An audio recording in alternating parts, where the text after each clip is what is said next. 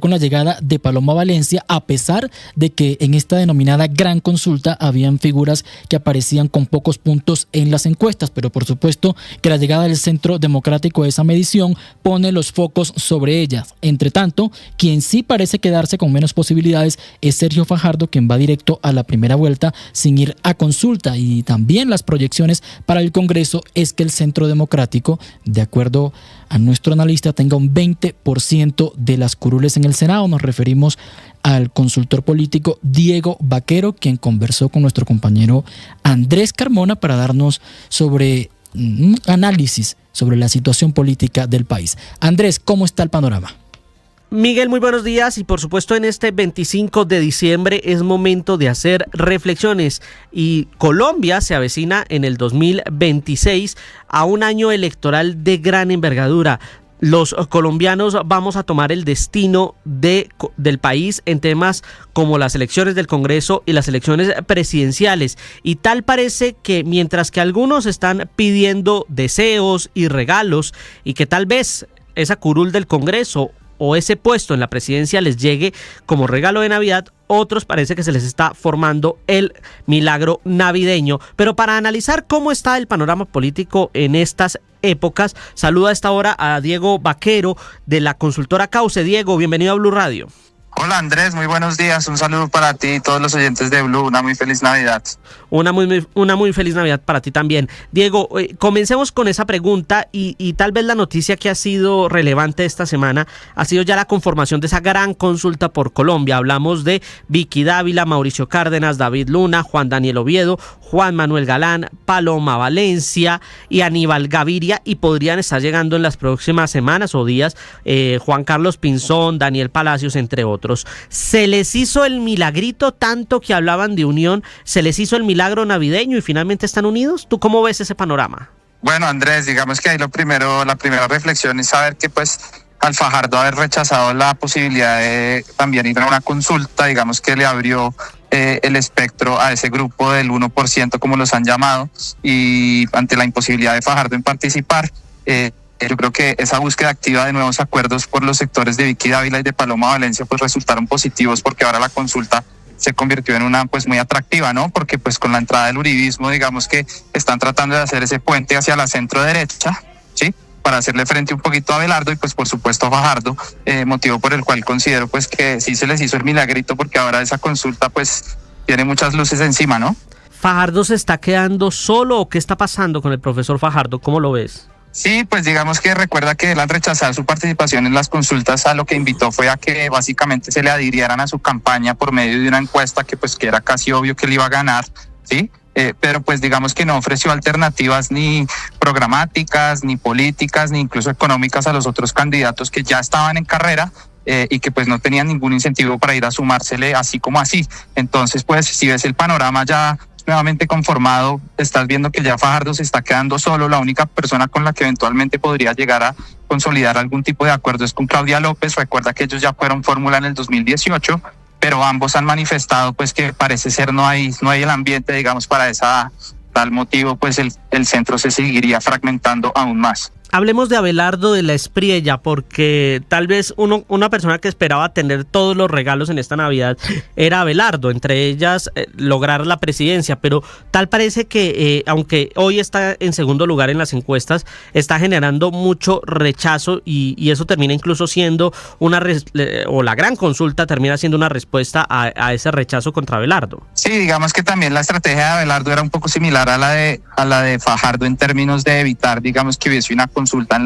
en este caso en la derecha, ¿no? Y ante la decisión de él de no ir a consulta, pues al Centro Democrático y su candidata Paloma Valencia les quedaba unirse con el otro combo, digamos, de la gran consulta. Entonces, pues digamos, en este caso Abelardo vuelve a quedar aislado. Sin embargo, como tú bien mencionabas, pues viene en una campaña pues muy bien sostenida, con ese segundo lugar en encuestas, con una comunidad que parece estar muy fuerte alrededor de su candidatura, pero pues recuerda que siempre el que va liderando es flanco de muchas críticas y de muchos temas, y ya este proceso electoral, este es el segundo liderato, porque recuerda que hace unos meses era Vicky Dávila y mira cómo cayó. Esperemos qué va a pasar con Abelardo, a ver si se logra sostener o su curva empieza a descender. ¿Qué pasa en la izquierda? ¿Qué pasa con los sectores de gobierno? ¿Ya está consolidado ese Frente Amplio o podemos decirlo ya Iván Cepeda es el candidato que va a estar en el tarjetón de la primera vuelta o puede haber una importante competencia en ese pacto amplio?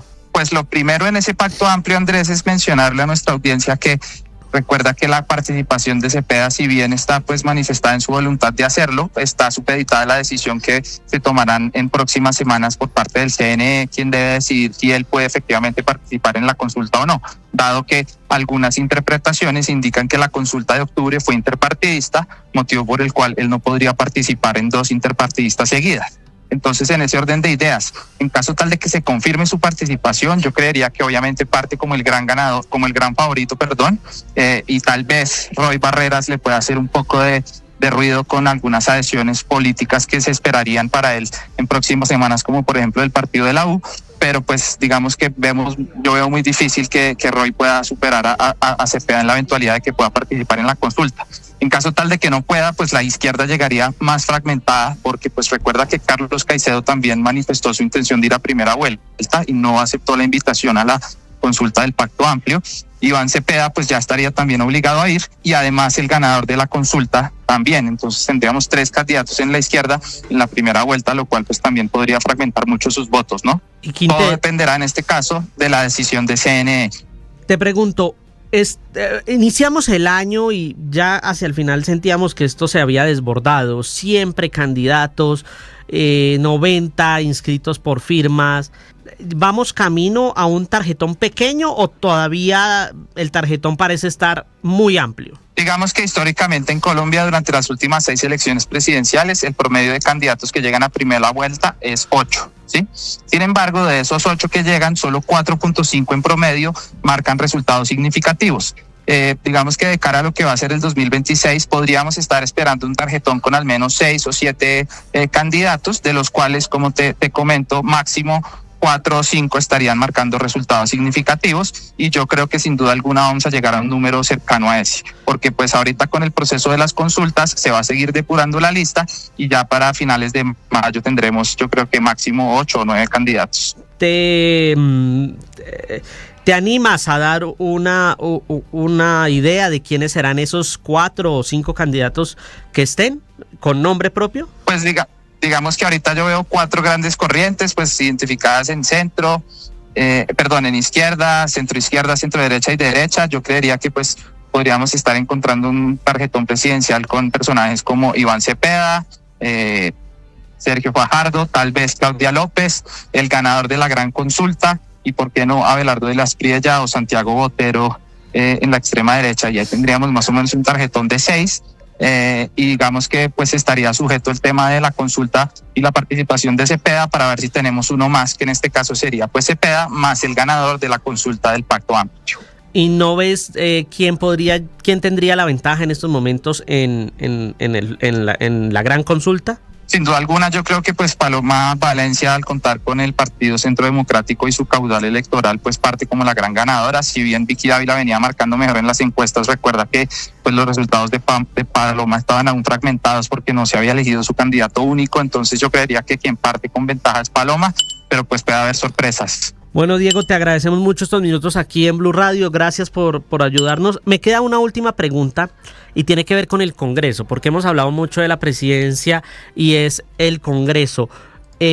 ¿Tú cómo ves que termina ese mapa político? Porque el Congreso es importante en medio de estos choques que tiene el presidente Petro con el Congreso. Incluso en la locución del 23 de diciembre, el primer mandatario dijo que al nuevo Congreso era que le iba a entregar el proyecto de Asamblea Nacional Constituyente. ¿Cómo ves que se podría estar configurando ese nuevo Congreso? Andrés, yo creo que, para ser muy claros, al Congreso se van a elegir 100 senadores. De los 100 senadores, yo calculo que más o menos el 20% va a ser correspondiente al pacto histórico, el otro 20% va a ser correspondiente al Centro Democrático y el 60% restante se va a dividir entre 5 o 6 partidos ya tradicionales como son pues Alianza Verde y su alianza con En Marcha, el Partido Liberal, el Partido de la U, el Partido Conservador y Cambio Radical. Y alguna que otra sorpresa con alguna de las coaliciones como la de Ahora Colombia de Juan Manuel Galán con el Mira y Dignidad y Compromiso, o por qué no la del Frente Amplio de Roy Barreras, pero digamos que no va a haber algún partido con mayorías claras y pues la gobernabilidad va a estar supeditada a los acuerdos que logre el nuevo presidente con las bancadas electas. Bueno, Diego, te agradezco mucho estos minutos aquí en Blue Radio. Una feliz Navidad para ti, que pases un excelente 25 de diciembre. Andrés, lo mismo para ti, un saludo para toda la audiencia y muchas gracias. Gracias, Andrés Carmona, por esta entrevista con el consultor político Diego Vaquero, ilustrándonos sobre el panorama y en este momento cómo se encuentra la política en cuanto a los candidatos. En resumen, por lo que se vislumbra, habría un candidato que saldría de la gran consulta, donde está Paloma Valencia, Vicky Dávila, Juan Carlos Pinzón, Juan Daniel Oviedo y todo este grupo. Probablemente Pinzón todavía no ha confirmado, pero probablemente se va a unir. En la consulta de la izquierda, si el CNE permite que Cepeda y Quintero participen, de allí saldría otro candidato. También está el Abelardo de la Espriella, que va a primera vuelta, Sergio Fajardo, que va a primera vuelta, y falta definir también qué va a pasar con Claudia López. El Partido Conservador tiene 4 aspirantes y ellos van a escoger uno, pero no se sabe si van a la consulta, a la gran consulta. No, ya dijeron que no van a la gran consulta, pero entonces si van a primera vuelta, si al final no van a tener candidato o qué van a hacer con su figura para la presidencia de la República, y otros candidatos que tienen quizás menos intención de voto en las encuestas, como Mauricio Liscano, Luis Gilberto Murillo, pero que también por supuesto están en el lado de la izquierda o centroizquierda, que también participaron del actual gobierno. Son las 7 de la mañana con 45 minutos y cambiamos de tema.